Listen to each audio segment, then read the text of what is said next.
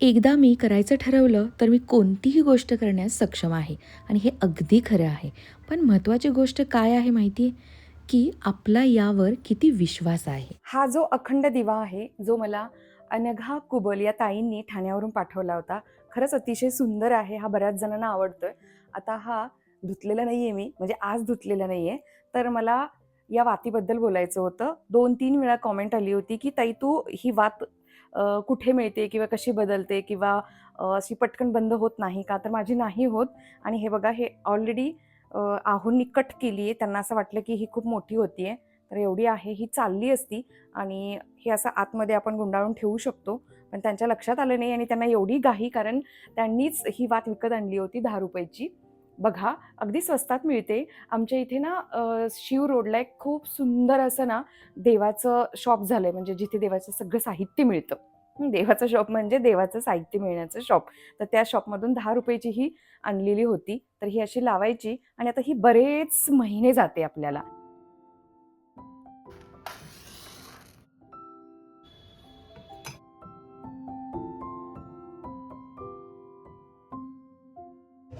दुपारचे 1 वाजतायत. अजून 1ला 5 मिनिटं बाकी आहेत आणि आत्ता मी बनवतीये बिटाचे आणि पनीरचे पराठे. आमच्या कविताला प्रश्न पडलाय की आता या काय स्वयंपाक करणार.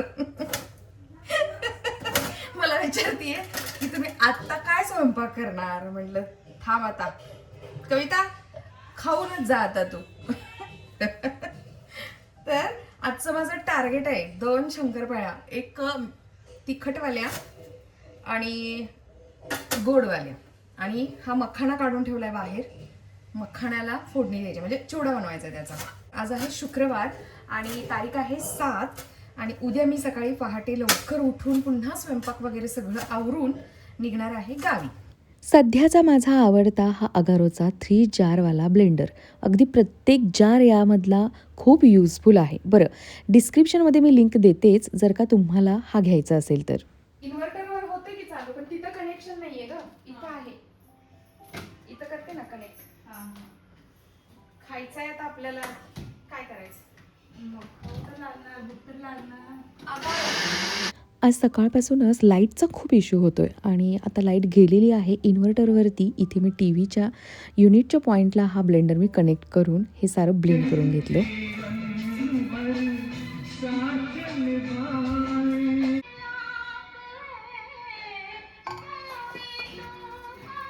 आता ही इतकी सारी कणिक मी का मळून ठेवली आहे माहिती आहे? आत्तासाठी नाही, तर रात्रीसाठी आणि उद्या पहाटेसाठी. कारण मला उद्याही पुन्हा लवकर निघायचं आहे.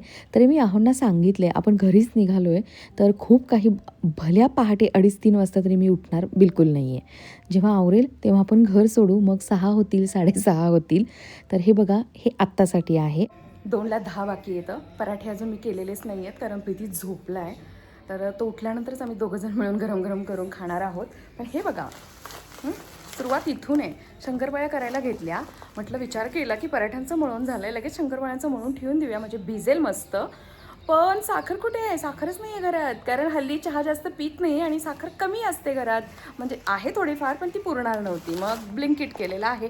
हे बरं झालं यार. ब्लिंकिट मी पूर्वी वापरत नव्हते. आता जशी वापरायला लागली तसं रोज काही ना काही ब्लिंकिटवरून मागवलेलं असतं. तर चला आता पटकन ना पहिल्यांदा तिखट शंकरपाळ्यांचं मळते. गोड शंकरपाळ्यांचं नाही, पहिलं गोडचं मळते आणि मग तिखटचं मळते, नाही तर उलटं होईल परातीमध्ये.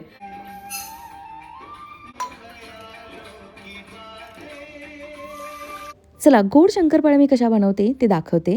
तर 1 वाटीला अगदी थोडंसं कमी मी साखर घेतलेली आहे आणि तेवढंच पाणी घेऊन ती विरघळायला ठेवून दिली आहे.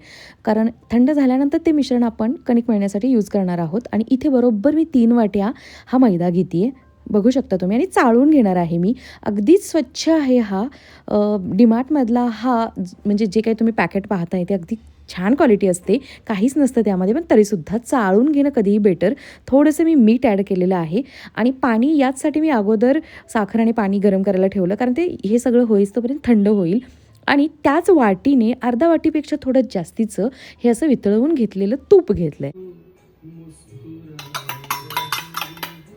खूप पातळही नाही आणि खूप घट्टही नाही, अशा पद्धतीनं हे मी मळणार आहे. हे भिजायला ठेवून देईन आणि लगेचच तिखट शंकरपाळ्याचं पण मळायला घ्यायचं आहे. म्हणजे कसं आहे की यानंतर हे जे काही बिटाचे आणि पनीरचे मी पराठे करणार आहे, हे बनवून मला एन्जॉय करता येईल, निवांत खाता येईल आणि थोडासा आराम करून मग पुन्हा मला साडीही नेसायची आहे. एक व्हाईट कलरची खूप सुंदर अशी साडी आहे माझ्याकडे, जी मी सत्यनारायणमधून आणली होती. ती नेसायचा खूप मूड झाला मला, कारण या आठवड्यात साडी मी नेसलेली नाही आहे आणि आपल्याला एकही आठवडा विदाऊट साडी स्किप करायचा बिलकुल नाही आहे. तर चला, पनीरचं हे असं स्टफिंग रेडी करून घेतलं. यामध्ये लाल तिखट, खूप सारी कोथिंबीर, चाट मसाला, बस एवढंच यूज केलेलं आहे.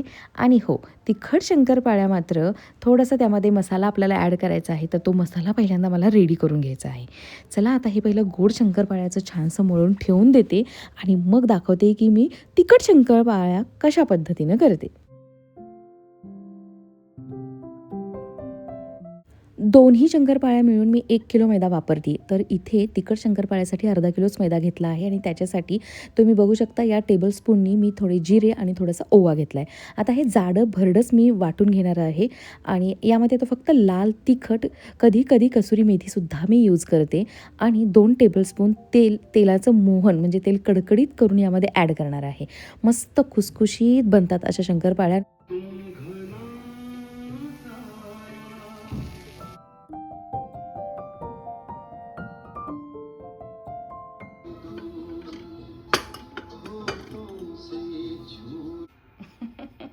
त्या रूममधून झोपून झोपून आता या रूममध्ये आलाय झोपायला.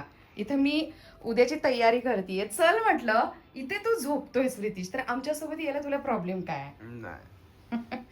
नाही, नाहीच घेऊन जाऊ शकत, कारण संडेला याची टेस्ट आहे. नाहीच याला घेऊन जाऊ शकत. हं? हा व्लॉग तुम्ही सोमवारी पाहताय आणि आम्ही गेलो होतो शनिवारी पहाटे गावाला, तर तो व्लॉग येईलच. तर ही तयारी माझी सुरू आहे इथे. 2च दिवस जायचे, तर हा कुर्ता सेट मी रात्री घालू शकते. मी गावाला टी शर्ट वगैरे नाही घेऊन जात, म्हणजे काही प्रॉब्लेम नाही आहे घालायला, घालूच शकते मी. बट ठीक आहे ना, कम्फर्टेबल कुर्ती. तर ही रात्री घालायला, आणि ही एक येलोवाली जी नवीन आहे पण चुरगळली आहे, इस्त्री करायची आहे. ही ब्ल्यूवाली एकदा मी डान्समध्ये घालून ठेवली आहे. तर यावेळेला ओन्ली चिकन करी घेऊन जाणार आहे. चला, अजून अजून आम्ही दोघं जेवलेलो नाही आहे. देऊ का रे गरम गरम करून? म्हणजे तुझ्यासोबत खायचं म्हणून मी पण नाही खाल्लेलं. आता झोपू नको प्लीज, ती चादर घडी घालून ठेव आणि अभ्यासाला लाग. होय.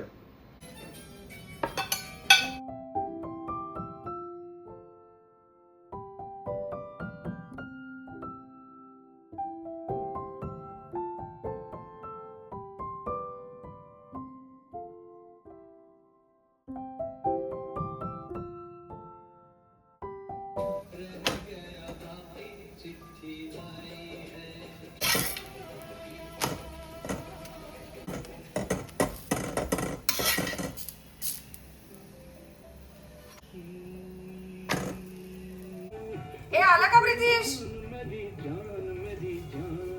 प्रितीश, हा घे. 2 पास ना तुला?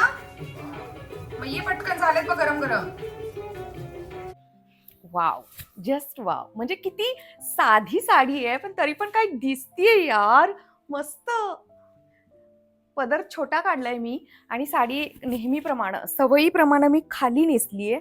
आणि या सुळसुळीत साड्यांमध्ये ज्या स्त्रिया घरचं सगळं काम करतात, हॅट्स ऑफ टू यू.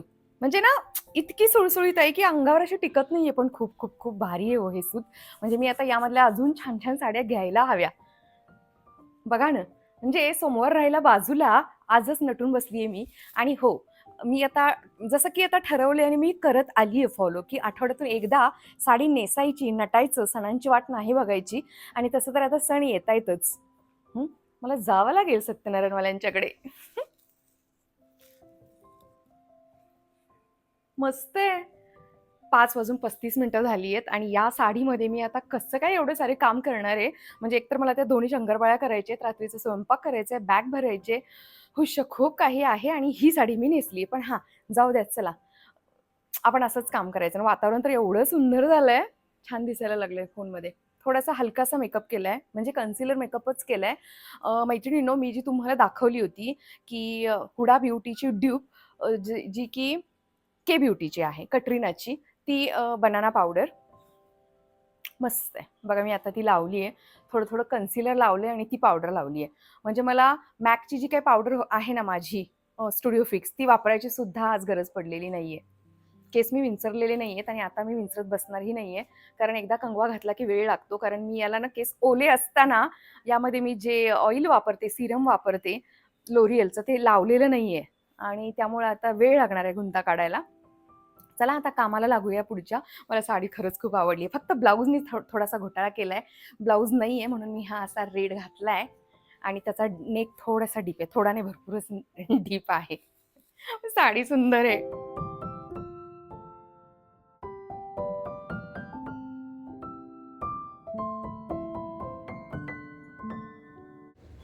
काय सुंदर फिलिंग आहे हो या साडीचं.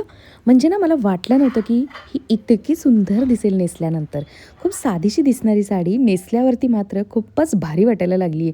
आणि सूत तर काय विचारूच नका. अगदी असं सॉफ्ट सॉफ्ट सुळसुळीत आणि तितकीच अशी ना जड पण आहे बरं का साडी. अशी ना एकदमच हलकी फुलकी नाही आहे. थोडंसं त्याला वेटसुद्धा आहे. आणि हा माझा रेड ब्लाऊज परफेक्ट मॅच झाला आहे ना साडीला या. मला टेन्शन आलं होतं की यार कोणत्या कलरचा ब्लाऊज वापरू मी या साडीसाठी. आणि ही एनी हाऊ मला आज नेसायचीच होती.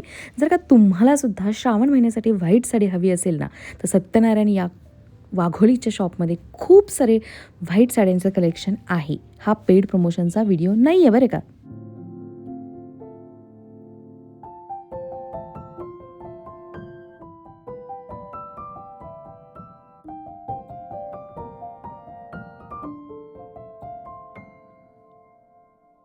अहो तिथं तिकडं जाऊन शंकरपाळ्या खायला लागलाय.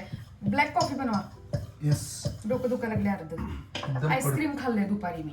कशाला खायचं? काय माहिती वेड्यासारखं मी आईस्क्रीम पावसात कुणी ऑर्डर करतं का? नाही. आईस्क्रीम ऑर्डर केले मी आणि अर्ध डोकं दुखायला लागले म्हणजे ते सर्दीमुळेच. मस्त झालं का शंकरपाळ्या? तिखट आणि गोड. गोड जास्त खुसखुशीत आहेत बिस्किटासारखे.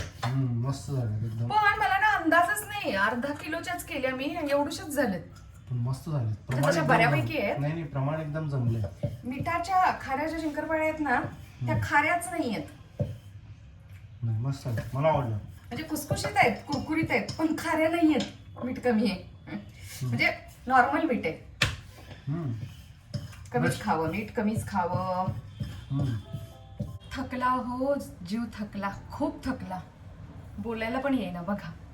तर या गोडवाल्या या इतुशाच झाल्या.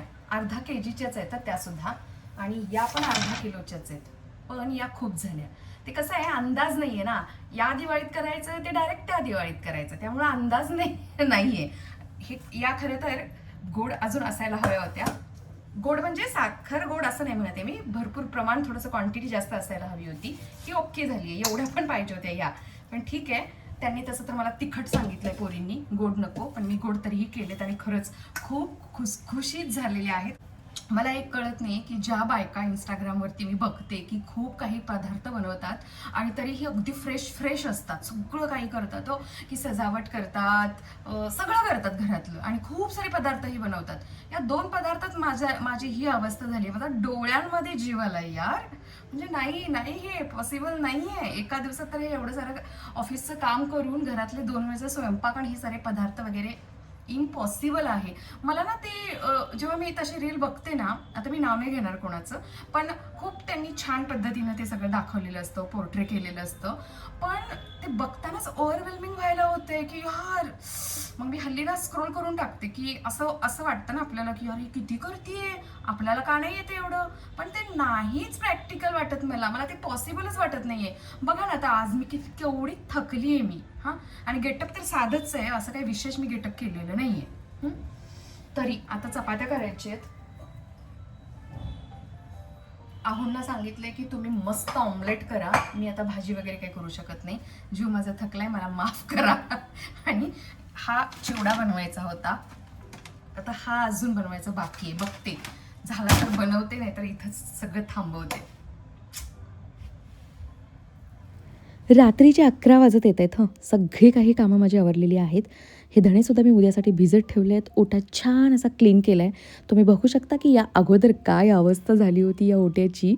पण आता सगळं काही चकाचक आहे सकाळसाठी. हे बघा 11ला 5 बाकी आहेत आणि उद्या गाडी म्हणजे गावाला जाताना भरण्यासाठी हे सगळे सामानसुद्धा रेडी आहे.